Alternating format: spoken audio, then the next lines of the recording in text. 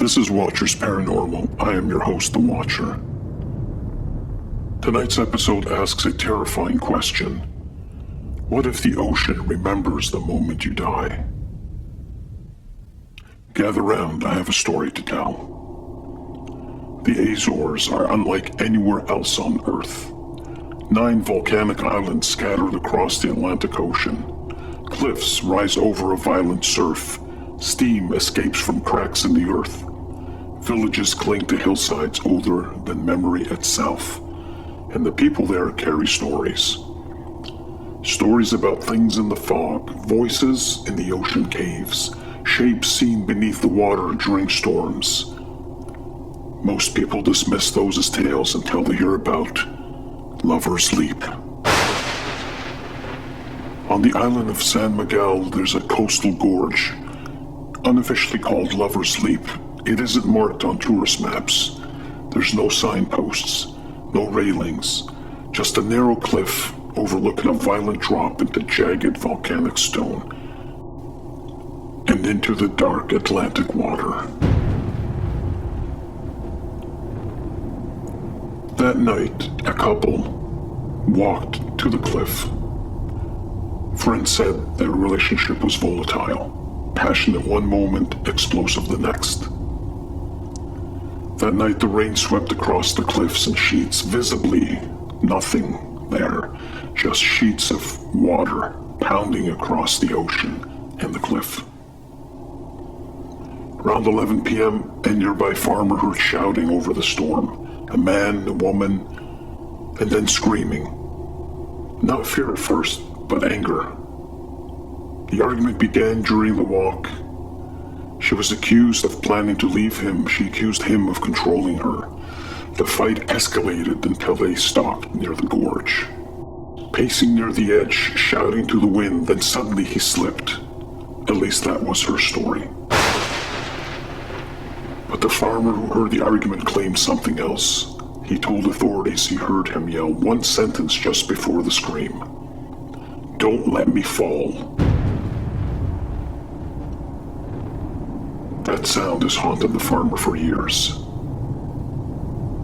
Hearing the body fall against rock again and again, then silence beneath the storm. Search crews arrived before dawn. They found blood on the cliff wall, one broken wristwatch, and drag marks ending at the sea, but no body. The Atlantic had swallowed him whole. 3 weeks later, 2 fishermen were seen off the southern coast before sunrise. The sea was rough that morning, the kind of cold Atlantic swell that makes seasoned fishermen uneasy. They dropped their nets near the cliffs between Lover's Leap, and when they pulled them back up, something came with them. At first, they thought it was tangled seaweed wrapped around the rock, but as the net hit the deck, both men stared in silence. Attached to one of those stones was a large limpet shell, and across its surface was an impression, a human face. Not cartoonish, not vague, but detailed. Eyes squeezed shut, nose flattened, mouth twisted open in terror. The shell even showed what appeared to be a crooked front tooth, something the friends immediately recognized later from photographs. They refused to touch it. The expression on the shell looked alive, like the man had been caught in the exact moment between screaming and drowning. Word spread quickly through the village. Some called it a miracle, others called it a curse. His mother was eventually brought to identify this shell. The moment she saw it, she collapsed. Witnesses said she kept repeating the same phrase in Portuguese, "He's trapped, he's trapped." Now, scientifically, none of this should have been possible. Limpets are small marine mollusks that cling to volcanic rock, and their shells grow slowly over time. They do not form perfect human impressions, especially not detailed enough to resemble a specific person. But according to the fishermen, the shell looked exactly like the man that fell to his death. And there was one detail authorities never explained publicly. The shell's surface wasn't smooth, it felt warm, even after hours out of the water. Weeks later, neighbors reported that his girlfriend can hear her screaming at odd hours of the night, talking to someone inside her room, crying, arguing. The woman living downstairs claimed that she shouted repeatedly the same sentence over and over. "I didn't push you. I didn't push you."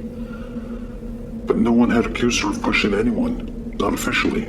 Then came the dreams. Several months later, after another fishing crew recovered something strange near the same cliffs, another limpet. Smaller this time.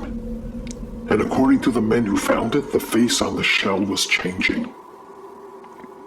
At certain angles, it looked like the man had fallen off the cliff, and at others, it looked like his girlfriend. One fisherman refused to keep it on board. He threw it immediately back into the ocean. And that night, he reportedly woke to knocking sounds on the hull of his ship. 3 knocks. A pause, then 3 more. Like something climbing up from beneath the water. The following spring, his girlfriend had disappeared. Her car was discovered abandoned near Lover's Leap. The door was open, the keys were inside. No footprints, no sign of struggle. Only one thing disturbed investigators. Resting on the wet volcanic stone near the cliff's edge was a limpet shell, fresh from the sea. And impressed into its surface were 2 faces, one screaming, one staring back. To this day, fishermen around the village still speak quietly about this particular shell. Some swear the original was hidden by church officials. Others claim it still exists somewhere in a private collection somewhere. And then the locals who refuse to eat those limpets got near that particular cliff. Because every so often, one comes ashore with markings that look disturbingly human. Coincidence? Pareidolia? Or did the Atlantic preserve the final terror of a dying man inside the shell of a living creature? You decide. This is Watchers Paranormal. Sleep carefully tonight. And if you ever find yourself standing near the cliffs after dark, don't listen to the voices below the waves, because sometimes the sea wants company.